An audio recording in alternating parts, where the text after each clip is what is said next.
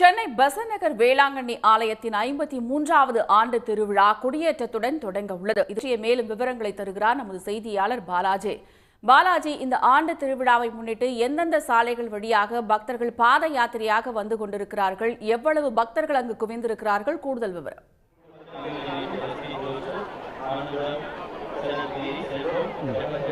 பெசன்ட் நகர் அன்னை வேளாங்கண்ணி ஆலயத்தின் 53வது ஆண்டு திருவிழா கொடியேற்றத்துடன் இன்னும் சற்று நேரத்தில் தொடங்க உள்ளது.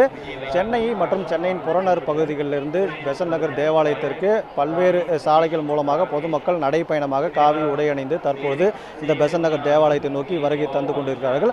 பொதுமக்கள் தற்போது இந்த பகுதியில் சுமார் 50,000க்கும் மேற்பட்ட பொதுமக்கள் வந்து குவிந்திருக்கக்கூடிய சூழ்நிலையில் மேலும் தொடர்ச்சியாக இன்னும் சரியாக மாலை 5:45 மணிக்கு இந்த கொடி என்பது ஏற்றப்பட உள்ள சூழ்நிலையில் இன்னும் அதிக அளவில் பக்தர்கள் இந்த பகுதிக்கு வருவார்கள் என்று எதிர்பார்க்கப்படுகிறது. குறிப்பாக 5:45 மணிக்கு சென்னை மயிலை உயர் மறை மாவட்ட பேராயர் ஜார்ஜ் அந்தோனிசாமி இந்த கொடியினை வந்து ஏற்றி வைத்துள்ளார். அதனைத் தொடர்ந்து செப்டம்பர் 8ஆம் தேதி வரை இந்த 10 நாள் திருவிழா என்பது நடைபெற உள்ளது. விழாவின் முக்கிய திருவிழாவான ஆடம்பர தேர்பவனி செப்டம்பர் 7ஆம் தேதி மாலை 7 மணிக்கு நடைபெறும் என்று ஏற்கனவே அறிவிக்கப்பட்டுள்ள சூழ்நிலையில் தற்போது இந்த கொடியேற்றத்தைக்கான தான் ஆயிரக்கணக்கான பொதுமக்கள் சென்னை மற்றும் அதன் புறநகர் பகுதிகளிலும் தற்போது நடைப்பயணமாக பெசன்ட் நகரை நோக்கி வரக்கூடிய சூழ்நிலையில் பார்த்துக் கொண்டிருக்கிறோம். தொடர்ச்சியாக இந்த பொதுமக்களின் வருகைக்கு ஏற்ப இங்கு இருக்கக்கூடிய பொதுமக்களுக்கு தேவையான அடிப்படை வசதிகள் உள்ளிட்ட பாதுகாப்பு ஏற்பாடுகள் தற்போது காவல்துறை தரப்பில் செய்யப்பட்டுள்ள சூழ்நிலையில் சென்னையின் பல்வேறு பகுதிகளிலிருந்து தொடர்ச்சியாக அடையாறு, அதே போல எல்பி சாலை, கடற்கரை சாலை போன்ற பல்வேறு சாலை பகுதிகளிலிருந்து தொடர்ச்சியாக பொதுமக்கள் இந்த பெசன்ட் நகரை நோக்கி வரக்கூடிய சூழ்நிலையில் இங்க இருக்கக்கூடிய பொதுமக்களுமே ஏராளமான இந்த கொடியேற்றத்தை காண இங்கே வந்திருக்காங்க. அவங்ககிட்டயுமே நேரடியாக வந்து பேசலாம் என்ன மாதிரி இருக்காங்கன்னு சொல்லிட்டு.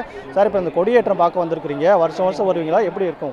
வருஷம் வந்துட்டு இருக்கோம், மாதாவை பார்த்துட்டு இருக்கோம். நாங்கள் வேண்டுதல் மாதா கொடுத்துட்டு இருக்காங்க. அதே போல் இந்த வாட்டி ஒன்று வேண்டுதல் இருக்கோம், கண்டிப்பாக மாதா கொடுப்பாங்கன்னு.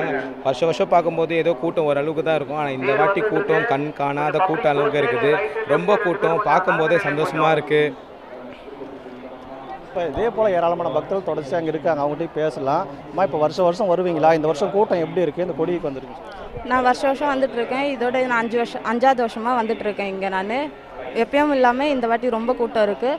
நான் எப்போவுமே பின்னாடி தான் இருப்பேன். இந்த வாட்டி அம்மாவோட கொடியை பார்க்குறதுக்கு முதல்ல எனக்கு சான்ஸ் கிடச்சிருக்கு. இங்கேருந்து கிட்ட பார்க்குற மாதிரி இருக்குது. என் குடும்பத்தோடு நான் வந்திருக்கேன். எல்லா வேண்டுதலையும் எங்கள் அம்மா நிறைவேற்றுறதுனால நான் இங்கே வருஷம் வருவேன். மரியே வாழ்க்கை. பொதுமக்களை பொறுத்த வரைக்கும் தொடர்ச்சியாக ஆண்டுதோறும் ஆயிரக்கணக்கான பொதுமக்கள் வருகை என்பதும் வழக்கம். இந்த ஆண்டுமே அதே போல தான் ஆயிரக்கணக்கான பொதுமக்கள் தொடர்ச்சியாக பகுதியை நோக்கி தொடர்ச்சியாக வந்த வண்ணம் உள்ளனர். விரிவான தகவல்களுக்கு நன்றி பாலாஜி. உடனுக்குடன் செய்திகளை தெரிந்து கொள்ள சன் நியூஸ் பெல் ஐகானை கிளிக் பண்ணுங்க.